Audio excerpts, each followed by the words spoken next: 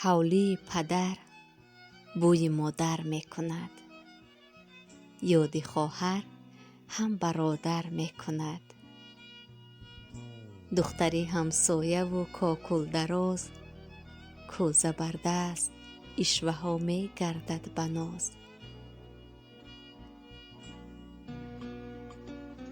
حولی پدر بوی مادر می کند، یاد خواهر هم برادر می کند. شیر می جوشید و مادر هر سحر، میوه های شیرین باغ پدر.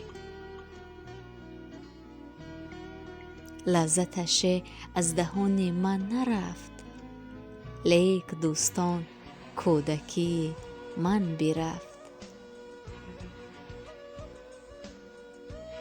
حولی پدر بوی مادر می کند، یاد خواهر هم برادر می کند. شکر گویم ای خدا جان عمر بخشیده به من، شکر مادر شکر پدر آب و خاک این وطن. شکر مادر شکر دادر آب و خاک این وطن. حولی پدر بوی مادر می کند، یاد خواهر هم برادر می کند. زندگی رو همیشه با چشم شاعر زنده یاد لایق شیر علی بنگرید و به خاطر آرزوهای شیرین زندگی نمایید.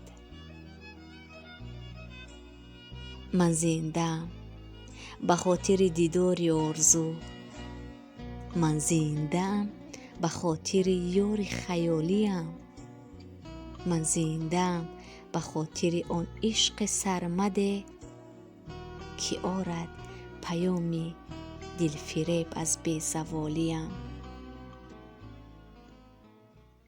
من زنده‌ام به خاطر بخت نایافته، من زنده‌ام به خاطر راه نرفته‌ام، من زنده‌ام به خاطر عشق نباخته، من زنده‌ام به خاطر شعر نگفته‌ام.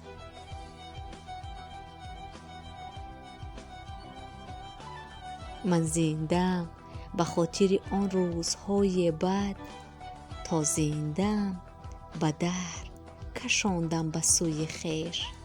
من زنده‌ام به خاطر آن چشمه های حسن که آوازشان شنیدم در آرزوی خویش.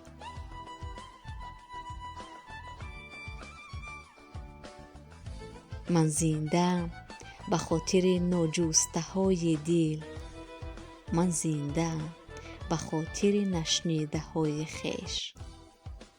من زنده‌ام به خاطر دوری ها، من زنده‌ام به خاطر نادیده های خویش.